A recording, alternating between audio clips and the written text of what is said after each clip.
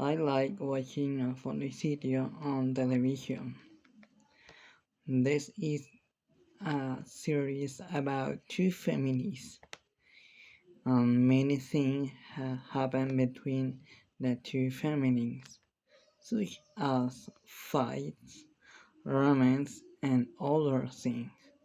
I like watching comedy and drama programs. For example, El Fondicidio and The Vuelta al Barrio. These two shows are about food and drama between two families who have a bit of rivalry between them.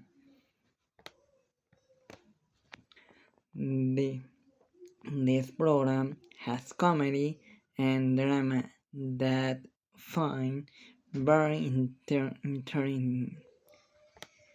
I've also been watching it since I was a child in school.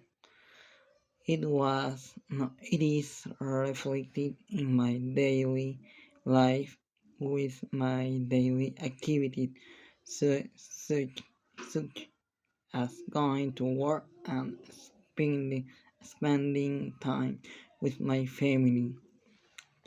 From this television program, people can learn how to solve problems as a, as a family.